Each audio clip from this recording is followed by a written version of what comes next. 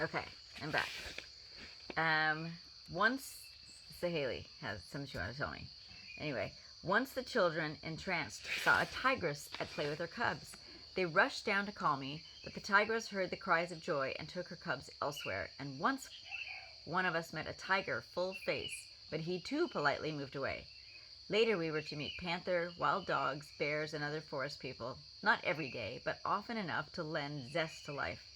And the children, and we with them, scrambled up dizzying rocks to almost inaccessible places, to the amazement of the foresters, who had not seen before, they said, such adventurous children. This was nectar to me. And indeed they were splendid climbers and never knew fear. Cool air, climbs, heavenly views, a mountain view, ferns, flowers, mosses. Cushiony moss was a special pleasure. It does not grow on the plains. What was there left to wish? A dear little story is connected in mind with our first visit to that woodland place. We left Dohnavur one evening in the heat of early September and spent a breathless night in a forest hut under the hills. Next morning, the children set off to walk the 3,000 feet to the house, leaving me to follow when the chair coolies came. But they were late, and I walked on alone, not sorry at first to have the solitude of that hillside path after the crowded months. The way was long, and it was evening when I reached a stream not far from the house and stopped to rest, wishing, the ineffectual wish of all such hours, that others down in the heat could share this coolness and water beauty, especially the deer who had been away in April and May and were now holding the fort at Dohnavur. And then from the other side of the stream I heard merry laughter and shouts of welcome, and the first children flew across like a flock of blue forest birds, and there were kisses and embraces so eager and so loving that we might have been parted for weeks. Then in the evening light that filled the air with gold shine, we all went up to the house, and my tiredness fell from me in the happiness of being with the children again. It was one of those earthly pictures of heavenly things that cannot be forgotten. How many mothers every evening must cross the last stream and be met by their own dear children who reached home first. Home with a capital H, heaven home. We had hoped that this pleasant place among the hills would suffice us, but there was no certainty of always being able to rent it, and as the family grew larger and new workers from England joined us, it was clear that we should have a house of our own. Rising to 6,000 feet and only a few hours' walk from us were those mountains of peace that had so often brought us calm and the sense of eternal strength. Their heads push out from among the green wood. Those woods are pierced with ravines, down which swift torrents flow. Below lie the plains, touched with silver where there is water, and bounded by blue ribbon of the sea. So we explored our mountains and found many a lovely place within a half-day's climb, but none appeared quite perfect till we came upon a wider ravine opening on a horseshoe valley so folded up among the woodland hills that its discovery seemed almost an adventure, and yet it was open to every wind that blew. There was an old coffee estate of 40 acres up there. It was for sale for £100. Norse script book tells the story that is still full of sweet freshness for us, like the young green of the forest. We had not thought of buying anything so extensive. We had thought of a much smaller undertaking, and yet it was a very desirable place, and there was no other to be had anywhere near Dohnavur to be compared with it for convenience or health or beauty. So after making sure we might do so, we asked for £100 if our father wished to buy us the ravine. The time of the prayer was about noon, June 11th, 1917, and the place that the river flows through the ravine.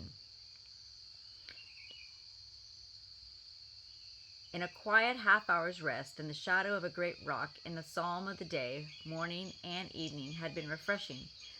Quote, God showeth me his goodness plenteously, end quote. This word especially smiled up from the page like a friend.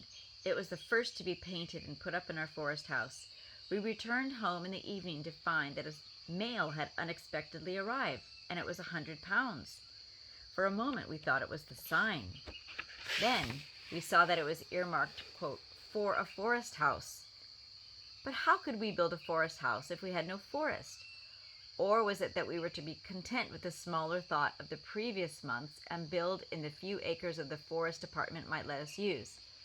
Thus, being uncertain, we waited. There were temptations to hurry, for the temple authorities of Four Lakes, a town near Dohnavur, who were thinking of buying it, were moving, and with them money is nothing. That particular temple owns lakhs of rupees and much land. But what is the hazard of running before the Lord? It may cost what thou knowest not to bring thee home from there. And there's an asterisk here. Thou hast enough to pay thy fare? Well, be it so. But thou shouldst know that God does send thee there. Is that all, to pay thy fare? There's many a coin flung lightly down. Bring back a load of care. It may cost what thou knowest not to bring thee home from there. So until August 25th we waited, and on the day in the early morning we set forth with a friend, experienced traveler in many lands, who was staying with us at the time to look at the place again. It was a perfect day, the kind of day when the trees in the woods sing out at the presence of the Lord, and our friend was charmed. If only I had the means, I would buy it at once, he said, and he tried hard to induce the owner, who was living in a cave in the face of a cliff, to let us buy the site that would be perfect for a house. But the old man was firm. He would sell all or none. He knew that he could sell to the temple if we did not buy it, and no one can explain why he did not do so. The only explanation, we think, is that in the purpose of our God the place was meant for us. We knelt down then among the gray boulders, in whose crevices wild pineapples were growing, their pinky crimson tufts of fruit and spikes of bluish-green leaves showing brightly on the gray, and we prayed for some clear sign, something we could not possibly mistake, to assure us that the whole enchanting ravine, with its uncontaminated water, for the heights above were too steep for commercial uses, and so the water was clean, was to be ours. It was late when we reached home. Again, an early mail was in, but we were tired and went to bed without opening it. In the morning we found again £100, and this time it was a gift straight from heaven, a legacy. But still, does this sound unbelievable? We feared to run before our guide and embark on costly follies, for land is the least of the forest expenses, as we were soon to find. And yet it did look like an assurance repeated in order that we might go on without a doubt that this was to be. And 4 days later it was shown that we might take it so. On the 14th of September, the place was ours, and the sign was confirmed when a third gift of exactly that sum, £100, came, earmarked for its purchase. To tell it like this makes it seem as though hundreds of pounds had a pleasant habit of dropping in on us, but it is not so. 6 months passed before anything approaching so large a gift reached us again. And even then it was a broken sum, and not a complete round hundred. And so we were sure we began to build a house. As soon as we were sure, we began to build a house. And now, had we doubted, which indeed we did not, we should have known that our Lord was in this thing, for there was sharp opposition, and all that man and devil could do to stop that house being built was done. The place had been sacred to a godling called the Demon of the Chain.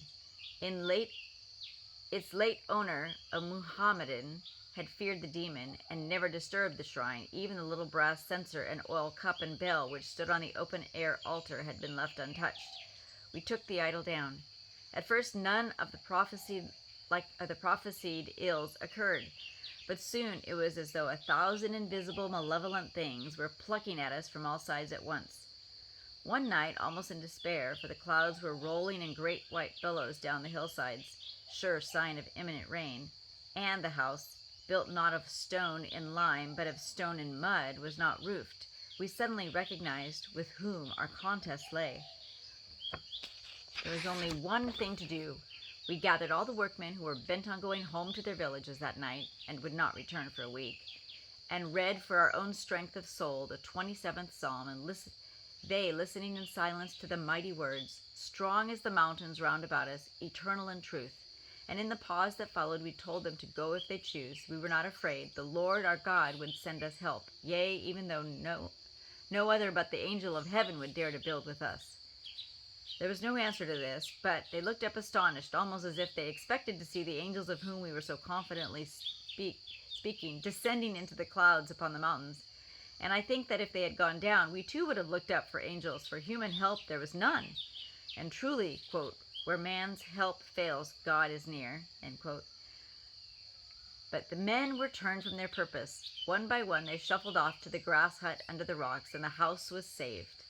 Every foot of that house was built with prayer, so we cannot wonder that to many of us it is full of memories, as a presence shining through a very thin veil. It is a fragrant room where a bundle of myrrh is the chief thing there, said Robert Murray M'Cheyne. It is indeed.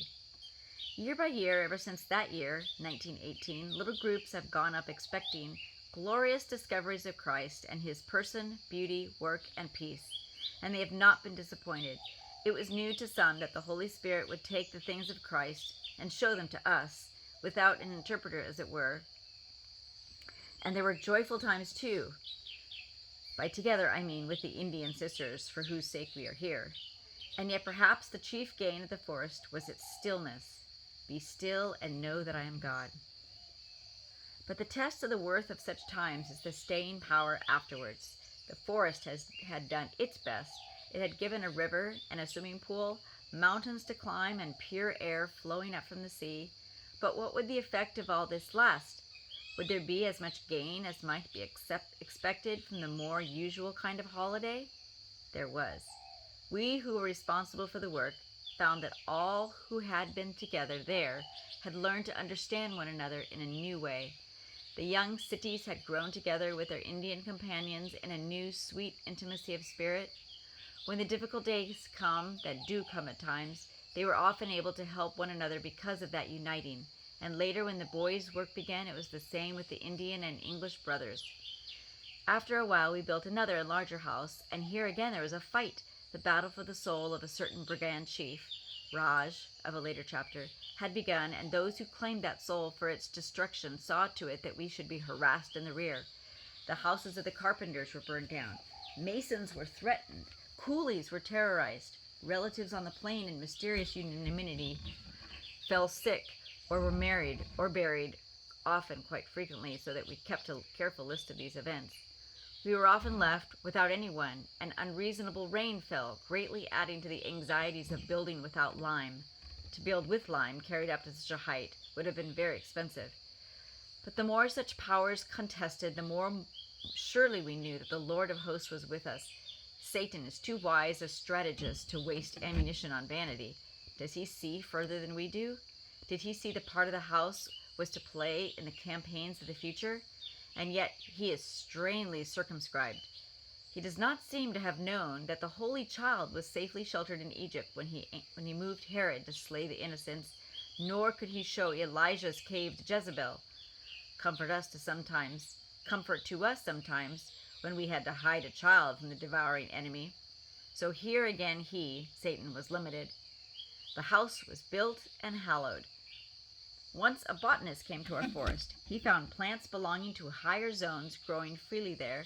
He said that we have an unusual climate, and doctors came up and they told us the same. We gain more than the height, about 3,000 feet, would lead one to expect, and we are not surprised, for he who knew all the ravines on the mountains chose it for us. This forest life together supplies one of the threads that makes the gold cord of this story. There must be a special tie between Moses and Elijah, who met their Lord on the hilltop in Palestine and heard him talk of his passion.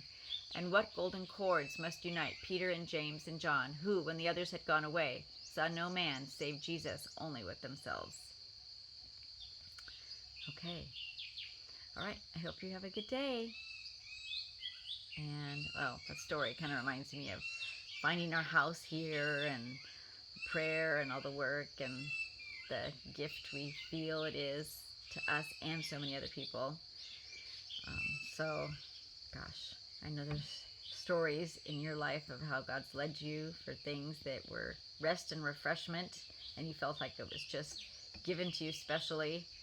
And so those are good things, good times. Okay, I will see you later. I'm off to work.